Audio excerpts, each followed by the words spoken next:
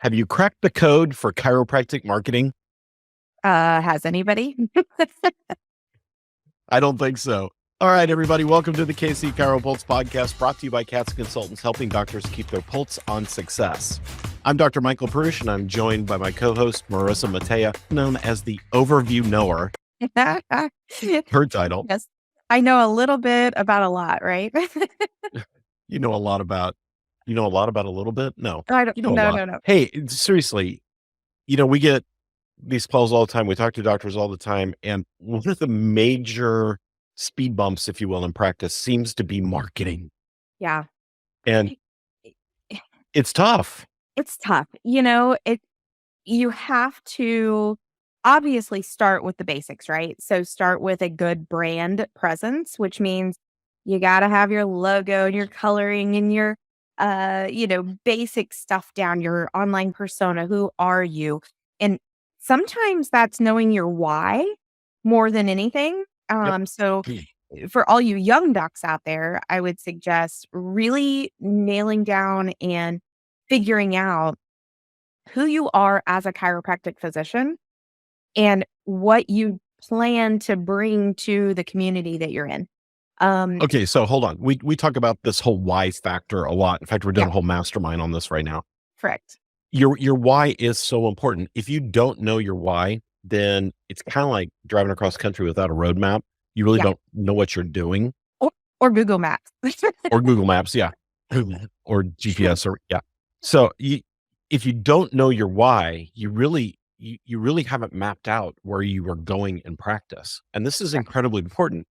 Yes, in the beginning of practice, you want to get every spine in the door that you can. I get that. But, after about the first 6 months to a year or so, you really should be starting to kind of drill down to the patients that are attracted to your why. And if you don't know your why, then you really won't attract to anybody of stature. So that why is an absolute foundational component. It is. And if you know your why, you are more likely to be able to ask patients for testimonies. You're more likely to be able to ask, and let me back up. You should be able to ask the right patients for testimonies. Right patients, exactly. You should also be able to ask the right patients for referrals. And I think, okay, back up one more step. Yes. Not only do you have to market in your practice, but you have to sell. And, wow, the 4-letter word, sell. I know. Yikes, everybody just But it's true. Yeah, you do. You have to sell. And to sell, that is being able to approach people and ask them for testimonies. It's being able to ask them for referrals. Guys, referrals are still number one way people come to you, whether you believe it or not. It's still the number one way that you get patients in your door is by referrals. You can increase that exponentially if you're asking for referrals and you're asking the right way. The right way, correct. So, that's one of the big places I think that a lot of offices fall down because they don't want to sell. They don't want to ask. They want to not sell their service to other people. But yet that's the number one way people get to you. And do you know that those people that are referred to you will spend 25% more in your practice than if they were someone just coming off the street or seeing your other kind of marketing? Wow, that's a big statistic. That's a big statistic. 25% more. Why? Do we know why? Because 92% of those people believe in who sent them to see you.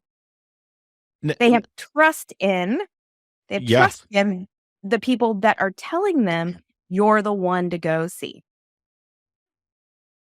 So for every $100 that a non-referral patient spends, the referred patient spends $125.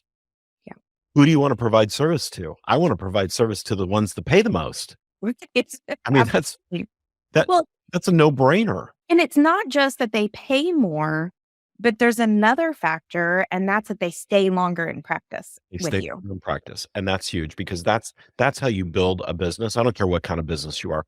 We can talk chiropractic, we can talk hamburger stand, we can talk a box store. The only way you build a long-term business is by retention. It's not shoving more new people in the front door. It's keeping them from falling out the back door. Yeah. And I think we missed that in our profession. Long time ago, it was built, our profession has been built around the new patient. Right. It's been built around, we have to see more, more, more, more, more. But the problem is we're not paying attention to, like what you just said, who's going out the back door. Right. So the more comes because we're not focused on some of the key factors in our practice, which absolutely is retention.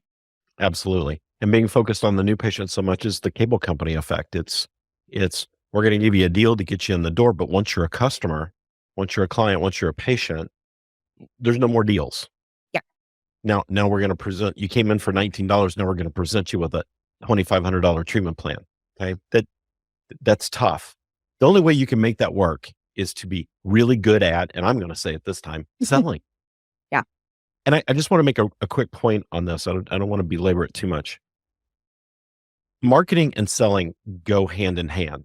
Mhm. And again, I don't care what business you are, you have to do both. And I know in our profession, we have a tendency to want to just shut down when we hear the sell word. Mhm. But here's the difference between the two and why they have to be together. Marketing gets people to your door, selling keeps them inside. Yeah. And if you don't do the two, you may be really good at getting people to the door, but if your dropouts are high and people are dropping out of the first, second, third, fifth visit, it's because you're not selling. You're not telling them why they need to stay. So marketing is telling them you have a service they might want to utilize, but selling is connecting your service to their need. Yeah. And I just heard the you mic drop. touched on it big time right there. Our marketing has to touch on that emotional component and Right. the need and whatever they have going on with their body and those kind of things. If you're not tying it to the emotional connection, you're gonna struggle with your sales. You End of have to story. connect those two dots because we are people of emotion, and we really pay attention to what triggers our emotion and what's going to help fix some of the things that, are those components in Yep. our Yes, yes, health and yes. those kind of things. Referrals, another good statistic to think about is on average, we talk about 90 different products a week. Wow. Is that a weird stat? We talk about 90 different products a week. As Okay, consumers? as consumers in general. Wow. I hope that your patients are talking about you as we'll call ourselves a product of service, Right. right? Um, we want them to be talking about us. So if we are, I'll go back Crazy. to my referral example, but if we are asking people to talk about us to the people that they're friends with, more than likely they will because we've brought it to the forefront of their minds. That's crazy. I'm blown away by that stat. I'm gonna have to start thinking about how often I mention a I know. product. It made me start thinking about it. I'm like, that may be accurate. Interesting. Okay. Yeah. How can you leverage that so that you're a big percentage of that 90 products, services? Yeah, it's all lumped in there together, I'm sure. That's interesting. Chiropractors, are you struggling with practice management? We have personalized plans, expert advice, and a supportive community. Join CATS and take back control of your practice. Okay. So I have a question for you. Sure. You mentioned branding earlier. Mhm. So as a clinic, we've got our Facebook page, we've got our Google page, we've got our Instagram, we've got our TikTok, we've got our Twitter X, now it's called. So we've got all these social media platforms. When it comes to branding, do we need to look different on each platform or do we need to create some congruency? Both. Awesome. So what I mean by Explain. that is You're going to use your same logo colors, those kind of things, but each platform you may be talking to different audiences. So on your platforms, you have to determine who's your followers. Who are those people that are listening to you on the different platforms? Great example, Facebook. Facebook's going to be a plethora of different age groups, more than likely. Okay. So you've got everybody from your teenage patients all the way through your geriatric patients anymore. A lot of them have Facebooks. I know my parents do, and they're in their 70s. So we're getting to that point where Facebook covers a really broad range of age groups. Okay. Obviously, that's just one demographic that I'm talking about here. But the demographic's going to be, who are your followers? So every now and then go look and see who's following you, because the information that you give on Facebook, if it's a higher, older group, may be different than the information you give on Instagram, for instance. So while it can be the same, Instagram, you may end up with a more youthful audience there. So it may be more about moms or kids, or it may be more about some products or different things that relate to that age group. So look at who's following you on the different platforms.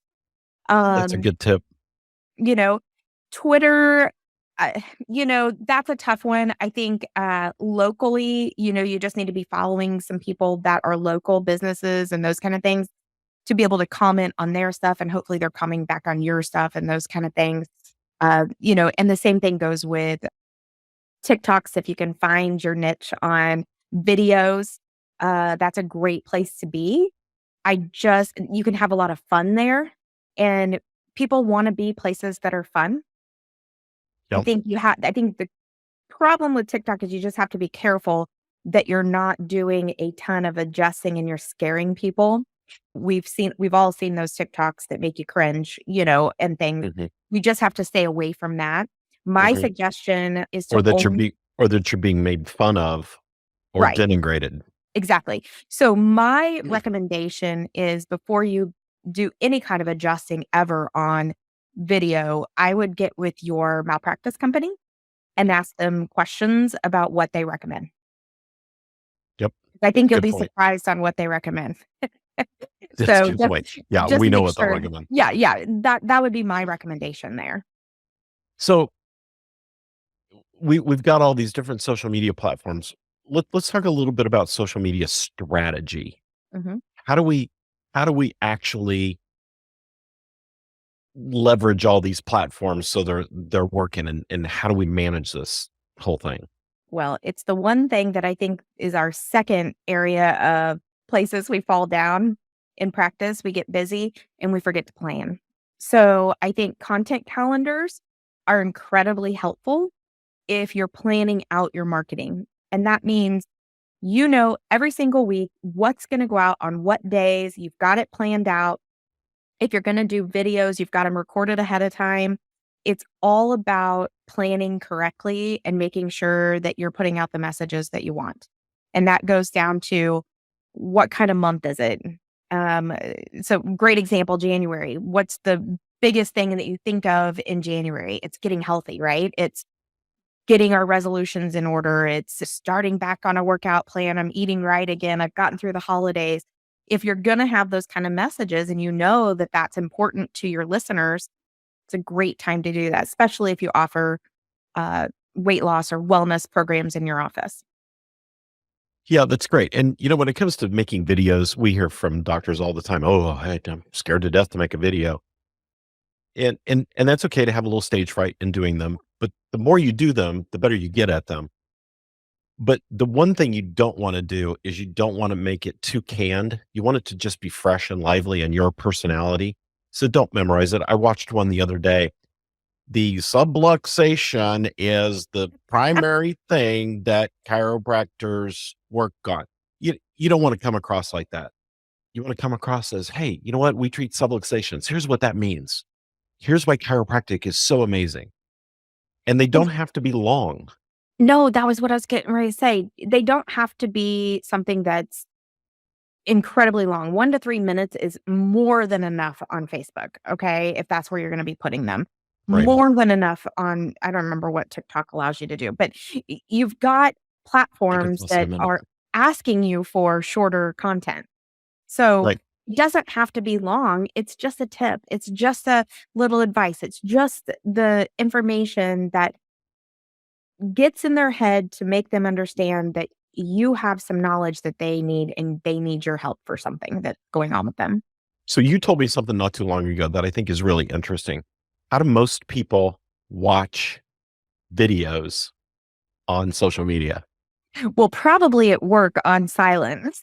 Yeah, so they're looking at either the activities or they're reading the captions. Yeah, so it's a I know it's my daughter is so caption oriented anymore that even if she watches a movie on Netflix, she turns the I do. captions on. I'm like, "Why are you doing that?" "I like reading it." I'm like, "Okay." You know what's really funny, and oh, I could get in trouble for saying this. My husband's hearing is going downhill just a little bit. Okay.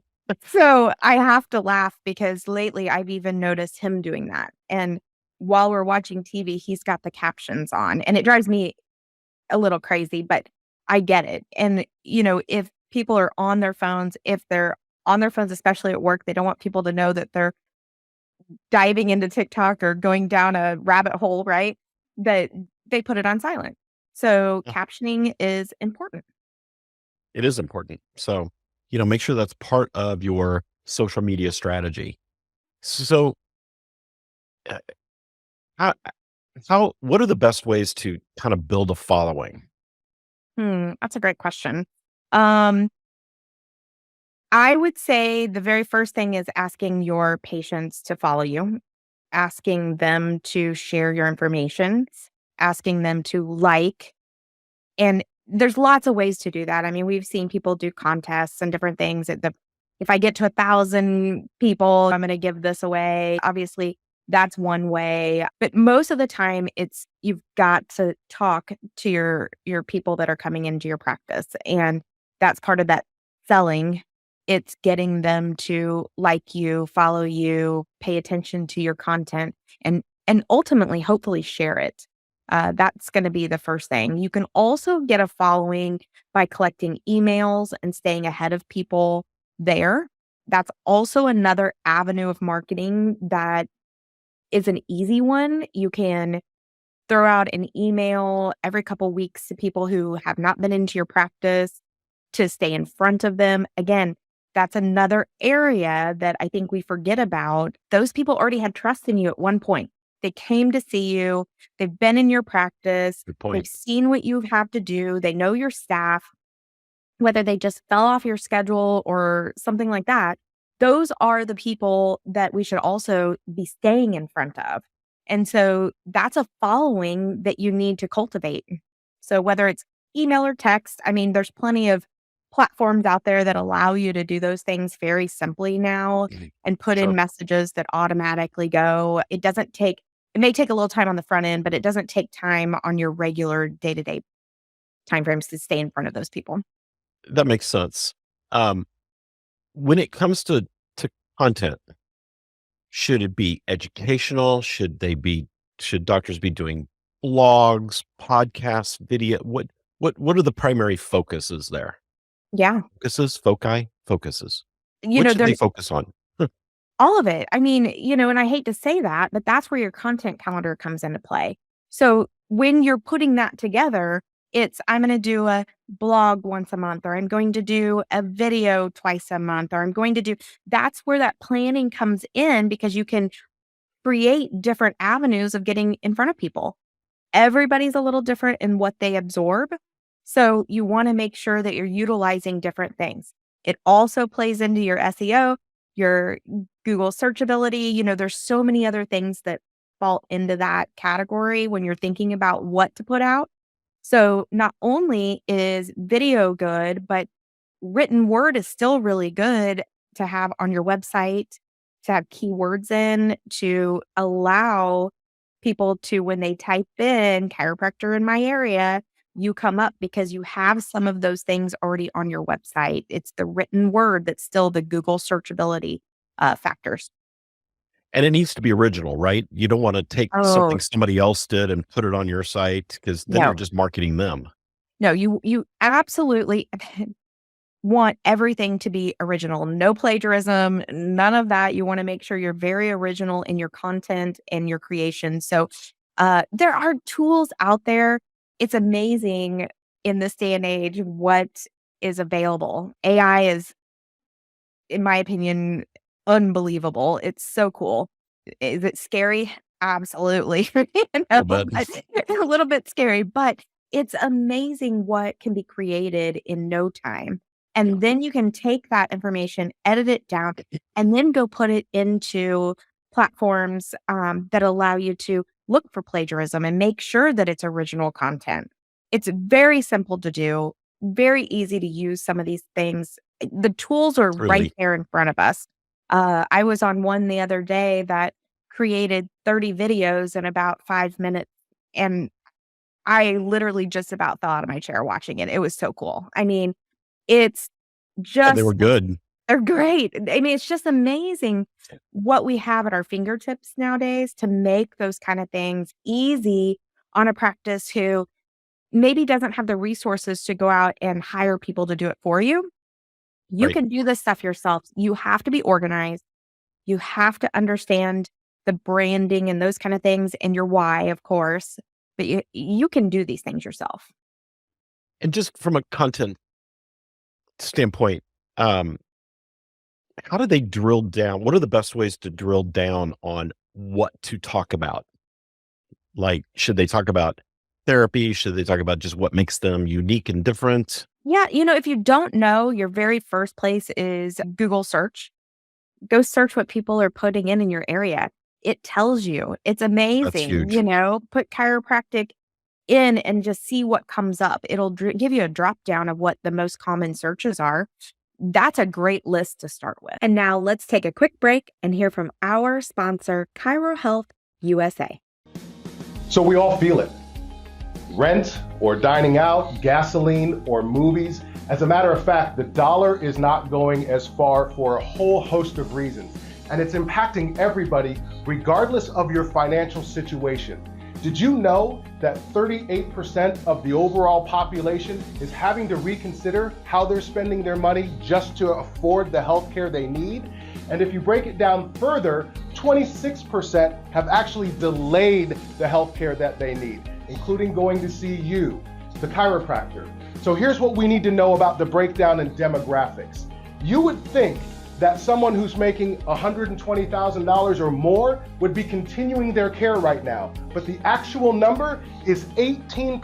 18% of that group is actually putting off health care, and that's a group of people making six figures. When you take that same information all the way down to a group making 40,000, that number is much higher. It's closer to 40%. So it's never been more important than now to make sure you've made it easy for your patients to come see you, that you have choices for them, and you understand what they're going through at home.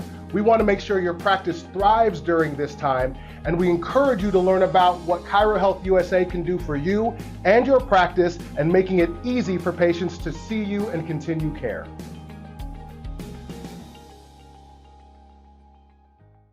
Yeah, and when you're drilling down on your why, think about your uniqueness. What Mhm. makes you unique? What makes you different? I was talking to a doctor the other day, and he's the only one in his town that has laser therapy. Great. That's one of your unique points. So Absolutely. if people need laser therapy and you're going to tell them why they need it in your marketing, then they have to come to you to get it. Yeah, so just take that example. What are the things that people would come to you and use laser therapy for? There's 20 different short videos right there. Right. Probably more than that, but you know what I mean? Like that, there's tons of content sitting right in front of you. You just have Exactly. to think about it in terms of what would a patient want to know? What do they need to know? What would they come to you for? What would you recommend it for? There's 4 videos right there. Right there. Yep, exactly. So I know there's a difference, and I know this stuff. I'm just asking you because you are the overview knower. Hosting versus paid. Yeah. I'll just put it simply. Is Google a for-profit business? Oh, yeah. Is Facebook a for-profit business? Oh, yeah. Yeah. Do they want you to spend marketing dollars with them? Of course Yeah. they do. And when you do, they're going to put you in front of audiences that you choose to be in front of. So very important to be paying for some of the content. Some of us are lucky enough every now and then to get a organic post that goes viral, right? I mean, it doesn't happen often, more often now because of TikTok, I would say. We But had one that went nuts. yeah, I mean, all of a sudden you got 1,000,000 views, and you're Yeah. doing, whoa. I think that doesn't happen as often. So I think in our minds, when we're posting things on social media, we're like, ooh, we're going to get this to go viral or whatever. And then you don't get very many likes and you're like, oh, well, that's where those paid advertising dollars come in. You have to utilize some of that so that they'll open their algorithms up. And no, we don't know what the algorithms are still. That's a top secret thing, right? They keep those under wraps. Yes. But they open that up just a little bit and it's like flood doors, they let people see you for a little bit and they close them back down. So if you're only working off of organic, it's going to be a lot harder. True. So we've talked a lot about social media marketing and internet marketing and those kind of things. What about just getting out of the office and out in the community? Still very important. People have to see you. We connect with faces, we connect with people. If you're not getting out in your community, shame on you, is all I have to say. You are missing out on opportunities left and right then. Look for ways to be seen in your community, whether you're sponsoring something, whether you're a coach of something, whether or not you're doing a talk somewhere in your community. Get in front of businesses. There's 1,000 ways to interact with your community on a daily basis. And I highly recommend that. The more people that know who you are and that you're there and supportive of other businesses and other community projects and those kind of things, they're going to be interested in who you are and wanting to come see what you do. Absolutely. And it's simple things like don't just sponsor a little league team, for example. Go be at the little league games. You can sponsor it too, but be there, be present, volunteer for some things. oranges. Go pass out Yeah. find ways to connect with those people so that they know who you are. Hey, I'm not just going to sponsor. I'm going to make sure you guys have little water bottles every time you play. Put your logo on it. Put your sticker on there, put a free consult on there. There's so many ways to be involved. Right. Turn your clinic into a Halloween house at Halloween time. Not a Yeah. scary one, but you can have basically a trunk or treat. You have kids in the community come in and they can go to different stations and you've got it all decorated up and that just draws people to you. Things like that. Absolutely. And there's so many ways. I mean, you can do things right out of your clinic, like you just said, have a kids' day and have other businesses come in and have booths at your office so that parents can get to know more providers. Exactly. There's so many things that you can do. But yes, community involvement is still incredibly important. And I'd say since the pandemic, but I think it was even before that, I see a lot of younger people because they're so ingrained into their phone and connecting via apps and those kind of things and not face to face.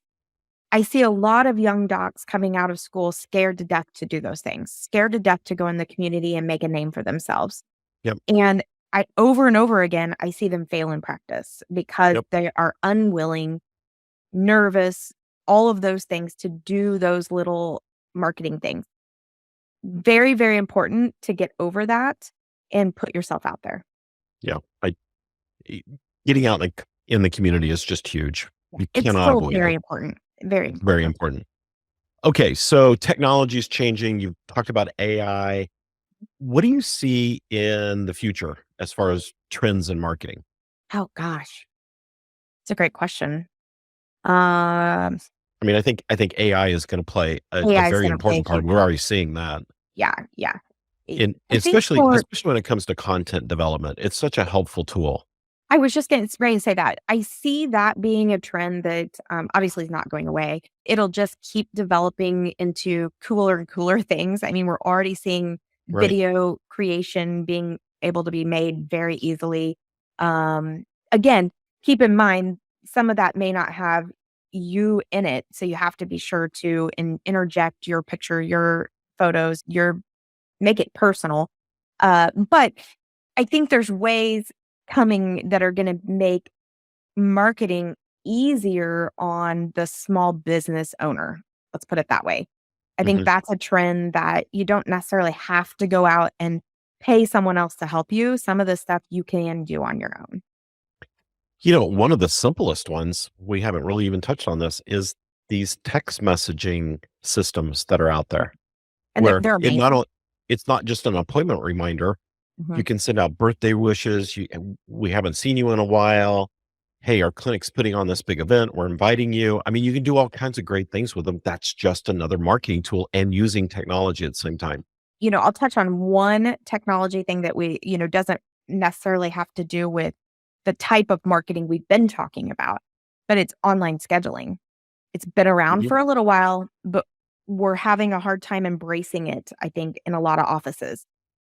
Online scheduling is incredibly important to the procedures and the day-to-days of your staff. And I can't tell you enough how important online scheduling will become. I think it's going to be one of those tools that you just don't want to live without. I think it decreases the phone calls that come in to your practice.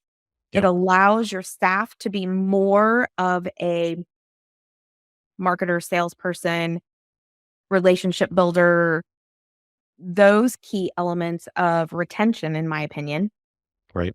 I think you end up in a place where online scheduling is just convenient and easy for people.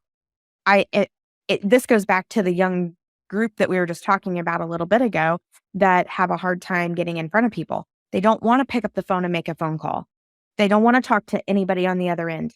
I will say my son is that person. He would much rather make an appointment online than pick up a phone and call someone. Yeah. We are seeing a shift in that, and I highly recommend you look at online scheduling.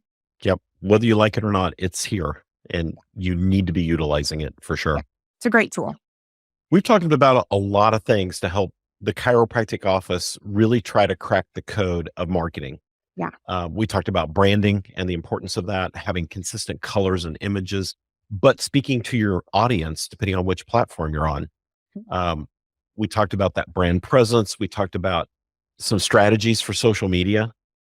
That was great. We talked about getting out in the community and different types of content that you should be doing, building. You know what? It really all comes back to patient experience. Yeah. And showing them what kind of patient experience they're going to get when they come to your office, because that's part of what people are looking for. Absolutely. I think that just kind of sums it all up. There you So, go. well, Marisa, thank you for jumping on here with me today and being the Yeah. overview knower that we all know you are.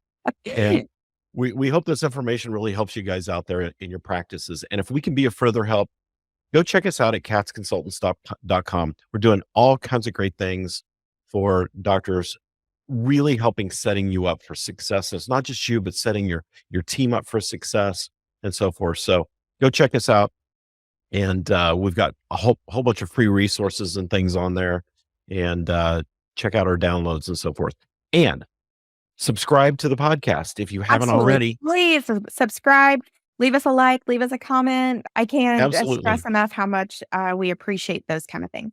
We do. And we love interacting with you guys. So, because we're doctors too. So, all right, everybody. Thanks for tuning in to the KC CHIROpulse Podcast, brought to you by Katz Consultants, helping doctors keep their pulse on success.